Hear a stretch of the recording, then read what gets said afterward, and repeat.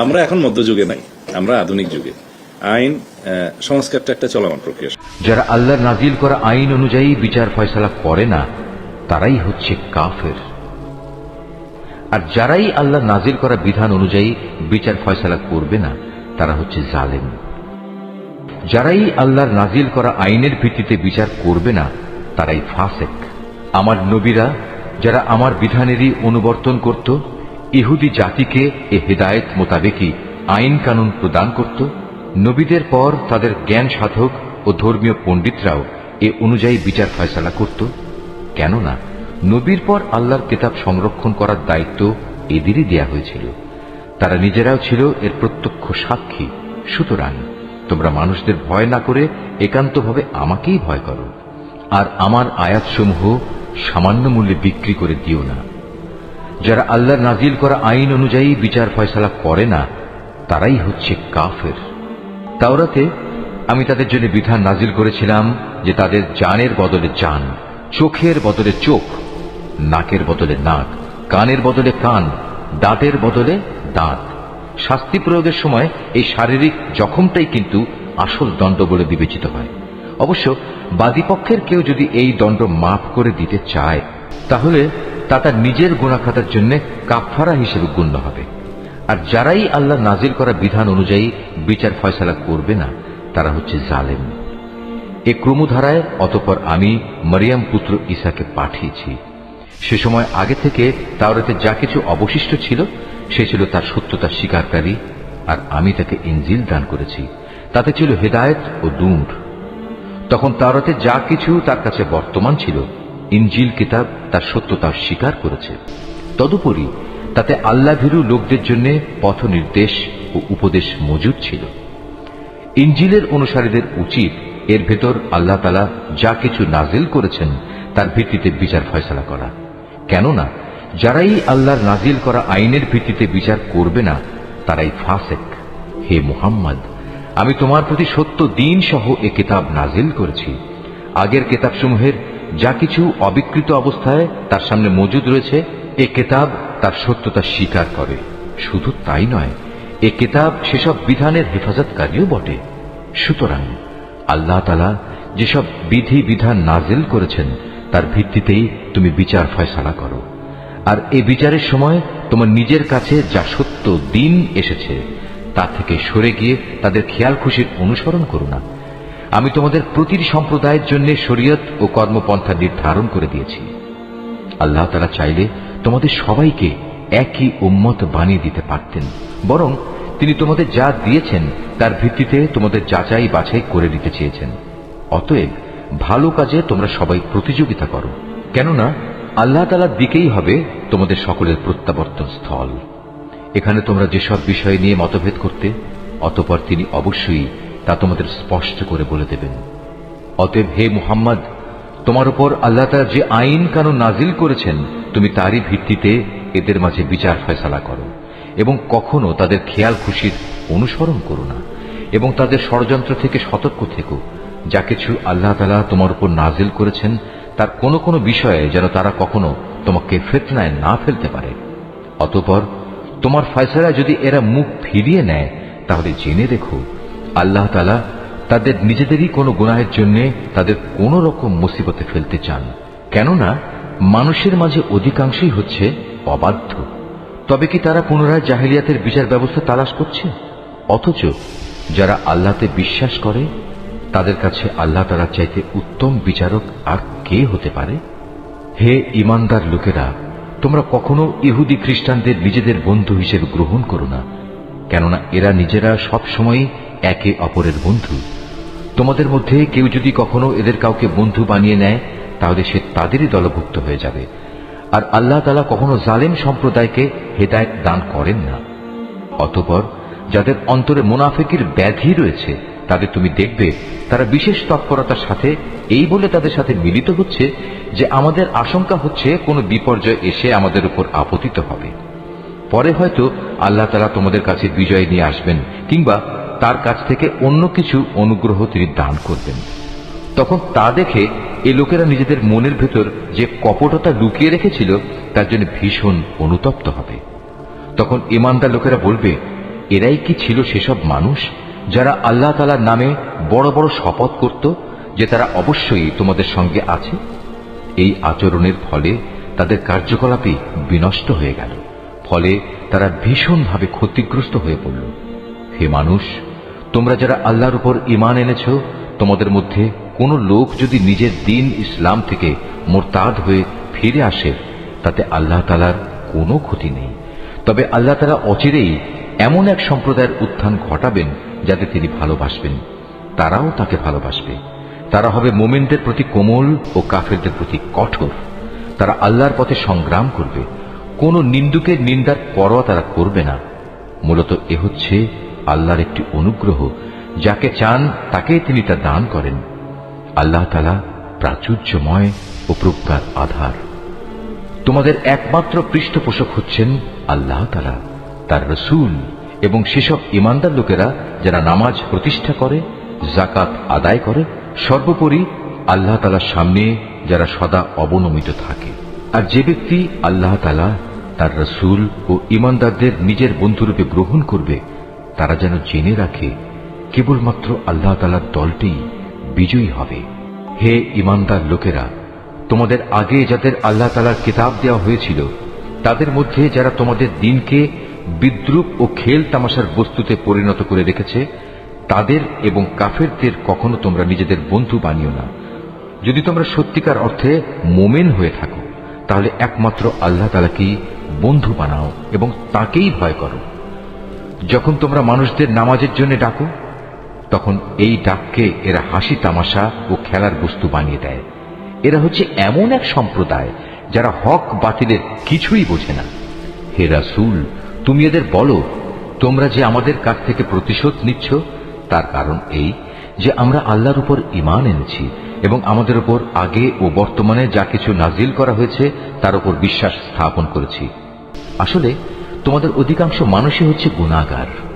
হে রাসূল, তুমি বলো, আমি কি তোমাদের বলে দেব আল্লাহর কাছ থেকে সবচাইতে নিকৃষ্ট পুরস্কার কে পাবে? সে লোক হচ্ছে যার উপর আল্লাহ তাআলা অভিশাপ দিয়েছেন, যার উপর আল্লাহর ক্রোধ রয়েছে এবং যাদের কিছু লোককে তিনি বানর, কিছু লোককে শুয়োরে পরিণত করে দিয়েছেন, যারা মিথ্যা মাবুদের আনুগত্য স্বীকার করেছে। এরাই হচ্ছে সেসব লোক পরকালে যাদের অবস্থান হবে অত্যন্ত নিকৃষ্ট এবং দুনিয়াতেও এরা সরল পথ থেকে বহু দূরে বিচ্যুত হয়ে পড়েছে। তারা যখন তোমার সামনে আসে তখন বলে, আমরা ঈমান এনেছি। আসলে তারা তোমার কাছে কুফরি নিয়েই প্রবেশ করছিল এবং তা নিয়েই তোমার কাছ থেকে তারা বেরিয়ে গেছে। তারা মনের ভেতর যা কিছু লুকিয়ে রাখছিল, আল্লাহ সে ব্যাপারে পূর্ণ ওয়াকিবহাল রয়েছেন। তাদের অনেককেই তুমি দেখতে পাবে গুনাহ করা, আল্লাহর সাথে বিদ্রোহ ও হারাম মাল ভোগ করার কাজে এরা একে অপরের সাথে প্রতিযোগিতা করে চলেছে। এরা যা কিছু করে মূলত তা বড়ই নিকৃষ্ট কাজ। কত ভালো হতো এদের ধর্মীয় নেতা ও পণ্ডিত ব্যক্তিরা যদি এদের এসব পাপের কথা ও হারাম মাল ভোগ করা থেকে বিরত রাখত, কারণ এরা যা কিছু সংগ্রহ করছে তা বড়ই জঘন্য। ইহুদিরা বলে, আল্লাহর দানের হাত পা বাঁধা পড়ে গেছে। আসলে তাদের নিজেদের হাতই বাঁধা পড়ে গেছে। আর তারা যা কিছু বলেছে সে কারণে তাদের উপর আল্লাহ তাআলার অভিশাপ নাজিল করা হয়েছে। আল্লাহর তো দুনিয়া আখিরাতের উভয় হাতই মুক্ত। যেভাবে তিনি চান সেভাবেই তিনি দান করেন। প্রকৃত ঘটনা হচ্ছে, তোমার মালিকের পক্ষ থেকে যা কিছু তোমার উপর নাজিল করা হয়েছে তা তাদের অনেকেরই সীমা লঙ্ঘন ও কুফরি বাড়িয়ে দিয়েছে। এই আচরণের ফলে আমি তাদের মাঝে কিয়ামত পর্যন্ত একটা শত্রুতা ও পরস্পর বিদ্বেষ সঞ্চার করে দিয়েছি। যখনই তারা যুদ্ধের আগুন জ্বালিয়ে দিতে চেয়েছে, আল্লাহ তাআলা তখনই তা নিভিয়ে দিয়েছেন। তারা বারবার এই জমিনে বিপর্যয় সৃষ্টির প্রয়াস পেয়েছে। আসলে আল্লাহ তাআলা বিপর্যয় সৃষ্টিকারীদের মোটেই ভালোবাসেন না। যদি আহলে কিতাবরা ঈমান আনত এবং আল্লাহকে ভয় করত, তবে অবশ্যই আমি তাদের গুনাহ খাতা মুছে দিতাম এবং তাদের আমি নিয়ামতে পরিপূর্ণ জান্নাতে প্রবেশ করাতাম। যদি তারা তাওরাত ও ইনজিল তথা তার বিধান প্রতিষ্ঠা করত আর যা তাদের উপর তাদের মালিকের কাছ থেকে নাজিল করা হয়েছে তার উপর প্রতিষ্ঠিত থাকত, তাহলে তারা রিজিক পেত তাদের মাথার উপরের আসমান থেকে ও তাদের পায়ের নিচের জমিন থেকে। তাদের মধ্যে অবশ্য একদল ন্যায় ও মধ্যপন্থী লোক রয়েছে, তবে তাদের অধিকাংশই হচ্ছে এমন যাদের কর্মফল খুবই নিকৃষ্ট। হে রাসূল, যা কিছু তোমার উপর নাজিল করা হয়েছে তা তুমি অন্যের কাছে পৌঁছে দাও। যদি তুমি তা না করো তাহলে তুমি তো মানুষদের কাছে তার বার্তা পৌঁছে দিলে না। আল্লাহ তাআলা তোমাকে মানুষের অনিষ্ট থেকে বাঁচিয়ে রাখবেন। নিশ্চয়ই আল্লাহ তাআলা কখনো কোনো অবাধ্য জাতিকে পথ প্রদর্শন করেন না। তুমি তাদের বলো, হে আহলে কিতাবরা, যতক্ষণ পর্যন্ত তোমরা তাওরাত, ইনজিল ও তোমাদের প্রতি তোমাদের মালিকের পক্ষ থেকে যা নাজিল করা হয়েছে তা প্রতিষ্ঠিত না করবে, ততক্ষণ পর্যন্ত মনে করতে হবে তোমরা কোনো কিছুর উপরই প্রতিষ্ঠিত নেই। তোমার মালিকের কাছ থেকে যা কিছু তোমার প্রতি নাজিল করা হয়েছে তা তাদের অনেকেরই সীমা লঙ্ঘন ও কুফরি বাড়িয়ে দেবে। সুতরাং তুমি এই কাফের সম্প্রদায়ের জন্য মোটেই আফসোস করো না। নিশ্চয়ই ইহুদি, সাবী, খ্রিস্টান যে কেউই এক আল্লাহ তাআলা ও শেষ বিচার দিনের উপর ঈমান আনবে এবং সৎকর্ম করবে তাদের কোনো ভয় নেই। পরকালেও তাদের কোনো দুশ্চিন্তাগ্রস্ত হতে হবে না। বনী ইসরাইলের কাছ থেকে আমি আনুগত্যের অঙ্গীকার আদায় করে নিয়েছিলাম এবং সে মোতাবেক আমি তাদের কাছে রসুলদের প্রেরণ করেছিলাম। কিন্তু যখনই কোন রসুল তাদের কাছে এমন কোন বিধান নিয়ে হাজির হয়েছে যা তাদের পছন্দসই ছিল না, তখনই তারা এই রসুলদের একদলকে মিথ্যাবাদী বলেছে, আরেক দলকে তারা হত্যা করেছে। তারা ধরে নিয়েছিল এত কিছু করা সত্ত্বেও তাদের উপর কোনো বিপর্যয় আসবে না, তাই তারা সত্য গ্রহণ করার ব্যাপারে অন্ধ ও বধির হয়ে থাকল। তারপরেও আল্লাহ তাআলা তাদের প্রতি ক্ষমা পরবশ হলেন। তাদের অনেকেই আবার অন্ধ ও বধির হয়ে গেল। তারা যা কিছু করেছে আল্লাহ তাআলা তা পর্যবেক্ষণ করছেন। নিশ্চয়ই তারা কাফের হয়ে গেছে যারা একথা বলেছে আল্লাহ হচ্ছেন মারিয়ামের পুত্র মসীহ, অথচ মসীহ নিজেই একথা বলেছে যে, হে বনী ইসরাইল, তোমরা এক আল্লাহর ইবাদত করো, যিনি আমারও মালিক, তোমাদেরও মালিক। মূলত যে কেউই আল্লাহর সাথে শরীক করবে আল্লাহ তাআলা তার উপর জান্নাত হারাম করে দেবেন, আর তার স্থায়ী ঠিকানা হবে জাহান্নাম। এই জালেমদের সেদিন কোনো সাহায্যকারী থাকবে না। তারাও কুফরি করেছে যারা বলেছে তিনজনের মধ্যে তৃতীয় জন হচ্ছেন আল্লাহ, অথচ এক আল্লাহ তাআলা ছাড়া আর কোনো ইলাহ নেই। তারা যদি এখনো তাদের এসব অলীক কথাবার্তা থেকে ফিরে না আসে, তবে তাদের মাঝে যারা একথা বলে কুফরি করেছে তাদের অবশ্যই কঠিন যন্ত্রণাদায়ক আযাবে পেয়ে যাবে। তারা কি আল্লাহর কাছে তওবা করবে না? কখনো কি তারা তার কাছে ক্ষমা প্রার্থনা করবে না? আল্লাহ তাআলা বড়ই ক্ষমাশীল ও দয়াময়। মারিয়াম পুত্র মসীহ তো রসুল ছাড়া কিছুই ছিল না। তার আগেও তার মতো অনেক রসুল গত হয়েছে। তার মা ছিল এক সত্যনিষ্ঠ মহিলা। তারা মা ও ছেলে উভয়ই আর দুদষ্টি মানুষের মতো করেই খাবার খেত। তুমি লক্ষ্য করে দেখো আমি কিভাবে আমার আয়াতগুলো খুলে খুলে বর্ণনা করছি। তুমি দেখো কিভাবে তারা সত্য বিমুখ হয়ে যাচ্ছে। তুমি বলো, তোমরা কি আল্লাহকে বাদ দিয়ে এমন কিছুর ইবাদত করছো যা তোমাদের কোনো ক্ষতি কিংবা উপকার কিছুই করার ক্ষমতা নেই? প্রকৃতপক্ষে আল্লাহ তাআলা সব কিছুই শোনেন এবং সবকিছুই জানেন। তুমি বলো, হে আহলে কিতাবরা, তোমরা কখনো নিজেদের দ্বীনের ব্যাপারে অন্যায় বাড়াবাড়ি করো না। মসীহের ব্যাপারে তোমরা সেসব জাতির খেয়াল খুশির অনুসরণ করো না যারা তোমাদের আগেই পথভ্রষ্ট হয়ে গেছে এবং তারা অনেক লোককেই গোমরাহ করে দিয়েছে, আর তারা নিজেরাও সহজ সরল পথ থেকে বিচ্যুত হয়ে গেছে। বনী ইসরাইলদের আরো যারা মসীহের ব্যাপারে আল্লাহর এই ঘোষণা অস্বীকার করেছে তাদের উপর দাউদ ও মারিয়াম পুত্র ঈসার মুখ থেকে অভিশাপ দেওয়া হয়েছে, কেননা তারা আল্লাহর বিরুদ্ধে বিদ্রোহ করেছে এবং সীমা লঙ্ঘন করেছে। তারা যেসব গর্হিত কাজ করত তা থেকে তারা একে অপরকে বারণ করত না। তারা যা করত নিঃসন্দেহে তা ছিল নিকৃষ্ট। তুমি তাদের মাঝে এমন বহু লোককে দেখতে পাবে যারা ঈমানদারদের বদলে কাফেরদের সাথে বন্ধুত্ব করতে বেশি আগ্রহী। অবশ্য তারা নিজেরা যা কিছু অর্জন করে সামনে পাঠিয়েছে তাও অতি নিকৃষ্ট। এ কারণে আল্লাহ তাআলা তাদের উপর ক্রোধান্বিত হয়েছেন। এই লোকেরা চিরকাল আযাবেই নিমজ্জিত থাকবে। তারা যদি সত্যি আল্লাহ তাআলা, তার নবী ও তার প্রতি যা নাজিল করা হয়েছে তার প্রতি যথাযথ ঈমান আনত, তাহলে এরা কাফেরদের বন্ধু হিসেবে গ্রহণ করত না। কিন্তু তারা তো অধিকাংশই হচ্ছে গুনাহগার।